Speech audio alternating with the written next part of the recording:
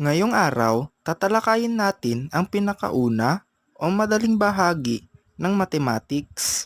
Paghanda kayo at makinig dahil ating tatalakayin at ang pagdaragdag at pagbabawas o sa Ingles ay addition at subtraction. Kaya dapat makinig upang maraming matutunan.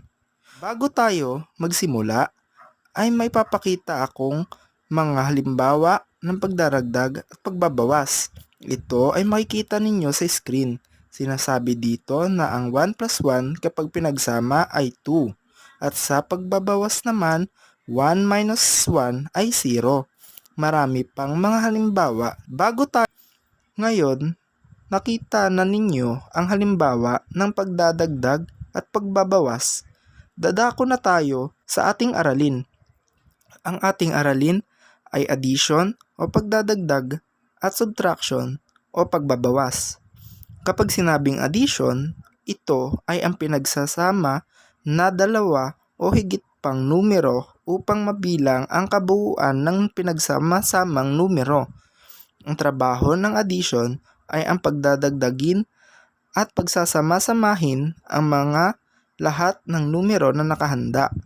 Samantalang ang subtraction o pagbabawas ay ang kabaliktaran ng pagdaragdag. Katulad ng tawag sa kanya sa Tagalog, ang trabaho nito ay magbawas ng numero na nakadepende sa pagbabawas o sa Ingles ay subtrahend. May mga bahagi ang pagdaragdag at pagbabawas. Sa pagdaragdag, ito ay ang addend o ang mga idinadagdag o pinagsasamang bilang.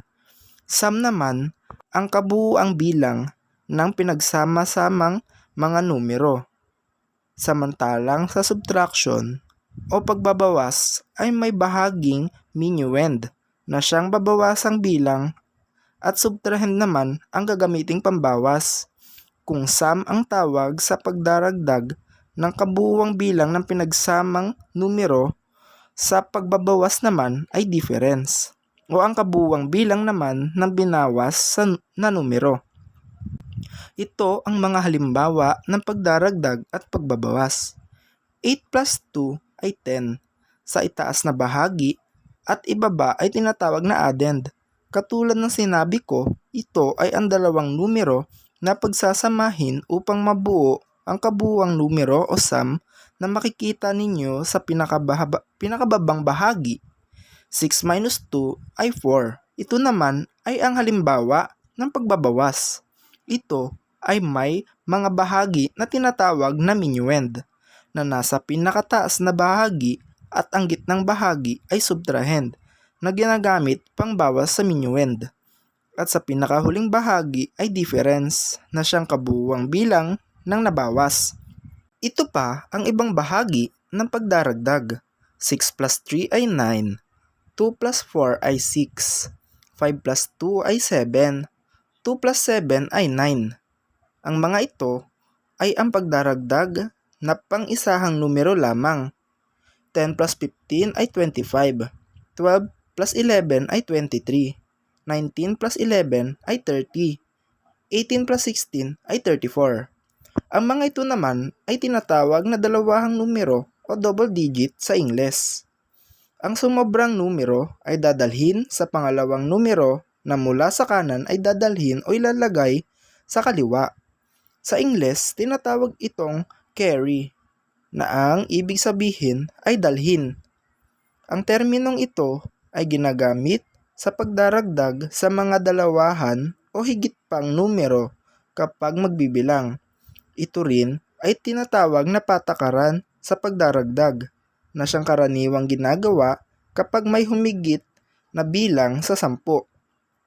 Katulad sa halimbawa na 19 plus 11 ay 30. Ang uunahing bilangin ay ang nasa kanan na 9 plus 1 na may kabuuang bilang na 10. Ang 0 ay ibababa at ang sumobra o ang 1 sa 10 ay ililipat sa kaliwang bahagi. Kaya ang magiging itsura nito ay 1 plus 1 plus 1 ay 3. Ang ganitong paraan ay karaniwang ginagamit sa pagdaragdag. Ngayon, Dumako naman tayo sa pagbabawas. Ituturo ko sa inyo ang paraan nito upang mas madali ninyong maunawaan. Ito ang mga halimbawa ng pagbabawas sa may isahang numero. 8 minus 7 ay 1. 7 minus 2 ay 5. 9 minus 5 ay 4. 8 minus 2 ay 6. Ito ang mga halimbawa ng pagbabawas na kung saan ang ginagawa ay magbawas ng numero. Sa halimbawang ito, ang mga halimbawang ito ay mas madaling maunawaan dahil sa isahan lamang ang nasasangkot ng mga numero. Ngayon, dadako tayo sa mas mataas na level at ituturo ko sa inyo ang patakaran ng pagbabawas. Ang mga patakaran sa pagbabawas ay hindi katulad sa pagdaragdag, na karaniwang tawag ay pagdadala o carry sa Ingles. Sa pagbabawas, ang patakaran na ginagamit naman dito ay paghiram mula sa kaliwa papunta sa kanan. Ito ang halimbawa ng patakaran ng pagbabawas. 24 minus 19 ay 5. 20 minus 11 ay 9. 28 minus 19 ay 9. 22 minus 17 ay 5. Ang tinatawag na paghihiram ay katulad sa makikita ninyo sa 24 minus 19 na may halagang bilang na 5. Kung bibilangin, mas mataas ang 4 sa 9. Kaya, hindi ito pwedeng bilangin. Ngunit, kung babawasan ang 2 sa kaliwang bahagi ng 4 para gagawing 14 ang 4 at ibabawas ang 9, may halaga itong 5, samantalang ang 2 ay gagawing 1. Ngayon, dumako naman tayo sa pagbabawas. Ituturo ko sa inyo ang paraan nito upang mas madali ninyong maunawaan. Ang dalawang patakaran na itinuro ko sa inyo ay ang pagdadala o carry sa Ingles. Ito ay karaniwang ginagamit sa pagdaragdag, samantalang sa pagbabawas naman ay paghiram o borrowing sa Ingles.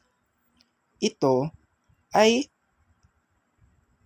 ang paghiram ng numero sa kanan mula sa kaliwang numero.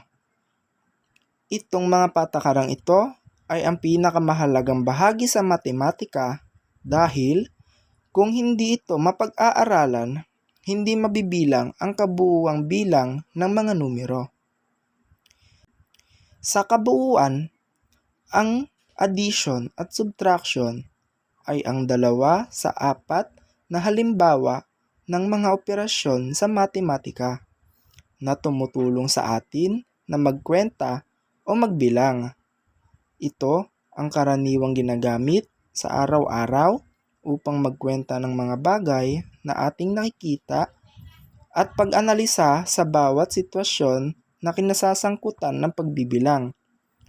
Sa eskwelahan ay itinuturo ito upang mas mapadali ang ating pamumuhay, higit sa lahat sa mga ginagawa nating pagbili sa mga palengke, pagbabayad, at iba pang sitwasyon na kinakailangan ng pagbibilang. Kaya, mahalaga ang dalawang operasyon sa matematika na ito para sa ikauunlad natin o ng bawat isa. Ngayon ay natapos ko nang imaituro sa inyo ang 2 sa 4 na operasyon sa matematika. Ang dalawang ito ay mas madali kaysa sa natitira pang 2 operasyong matematika na pagmumultiplika o sa Ingles ay multiplication at paghahati o sa Ingles naman ay division. Pero hindi ko na maituturo sa inyo dahil sa tapos na ang ating pag-aaral at wala na tayong natitirang oras. Kaya, maraming salamat sa pakikinig at sana marami kayong natutunan at magandang araw sa inyong lahat.